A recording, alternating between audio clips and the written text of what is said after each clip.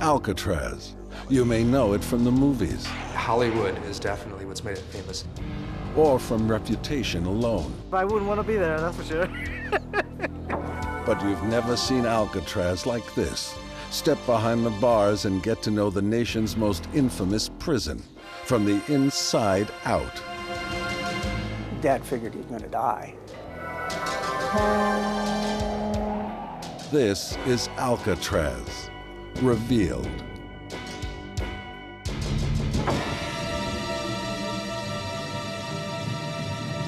Alcatraz.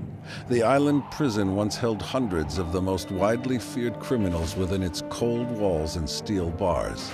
San Francisco's notorious landmark is immortalized in films and is a favorite destination for tourists. But in the next hour, we'll take you behind the scenes to reveal some of the Rock's best-kept secrets. I'm an attorney, and I've been in some prisons, but nothing like this one. This one's a little rough. Alcatraz was considered the isolation unit. It was considered a hellhole, the place they were going to send you if you didn't follow the rules.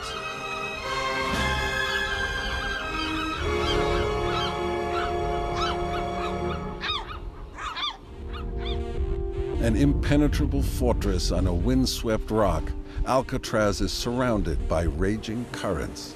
At just under a mile from land, it's so close yet so far from freedom. And for those trapped inside the ultimate maximum security prison, escape was a constant obsession. On Alcatraz, prisoners had a lot of time on their hands, and that time led to them thinking of ways to get off of Alcatraz. And there were many times when you could go down to the shoreline and see the white caps and wonder if you could actually ever make it to shore. And hey, you know, if you can build in a prison, they can get out of it. Prisoners were taunted by the bright lights of nearby San Francisco, and for some, the temptation proved irresistible. Despite the danger, they just had to try. To this day, there is still no evidence that anyone ever successfully made it off the island to freedom. Just some lingering mysteries. Certainly when you're trying to escape from Alcatraz, you're going to have to get beyond the ring of fire, and you're going to have to get down to the shoreline, and then you're going to have to contend with very cold water and possibly sharks.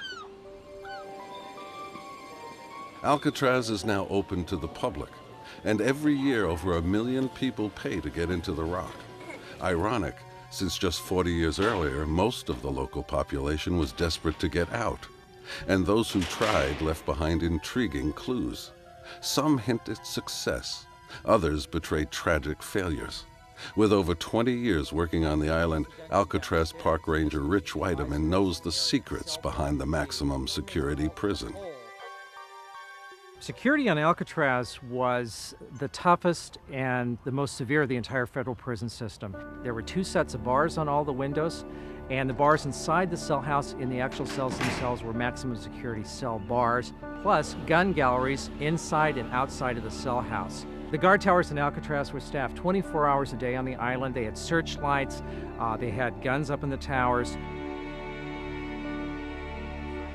Jolene Babiak, author of Breaking the Rock, remembers one prisoner who launched a resourceful and daring escape attempt. His name was John Paul Scott. You know, in prison, it's all about found items and hoarding items. And if you can find anything that will, you know, cut through bars, you know, that's a good thing. John Paul Scott and his partner, Daryl Parker, used butcher's twine, covered with scouring pads and a serrated spatula to slowly saw through these metal bars in the basement. Until finally, in December of 1962, the bars were wrenched free. Scott and Parker wasted no time. After slipping through the opening, they inflated medical gloves as flotation devices and plunged into the frigid waters. Daryl Parker quickly scrambled onto a rock a mere 200 feet away. But John Paul Scott wouldn't give up so easily. Carried by the swift current, Scott was washed up on the rocks at Fort Point, just 100 yards short of the beach. Incredibly, Scott had survived 2 heart attacks and extreme shock, only to collapse on the shore. John Paul Scott had simply run out of steam. Some kids spotted him and called for help. And they thought he was a jumper from the bridge. You know, it didn't make sense that he was a prisoner from 3 miles away. They thought he had just jumped off and they were saving this guy's life. John Paul Scott was recaptured within minutes and returned to Alcatraz. He is believed to be the only inmate to survive the swim to freedom.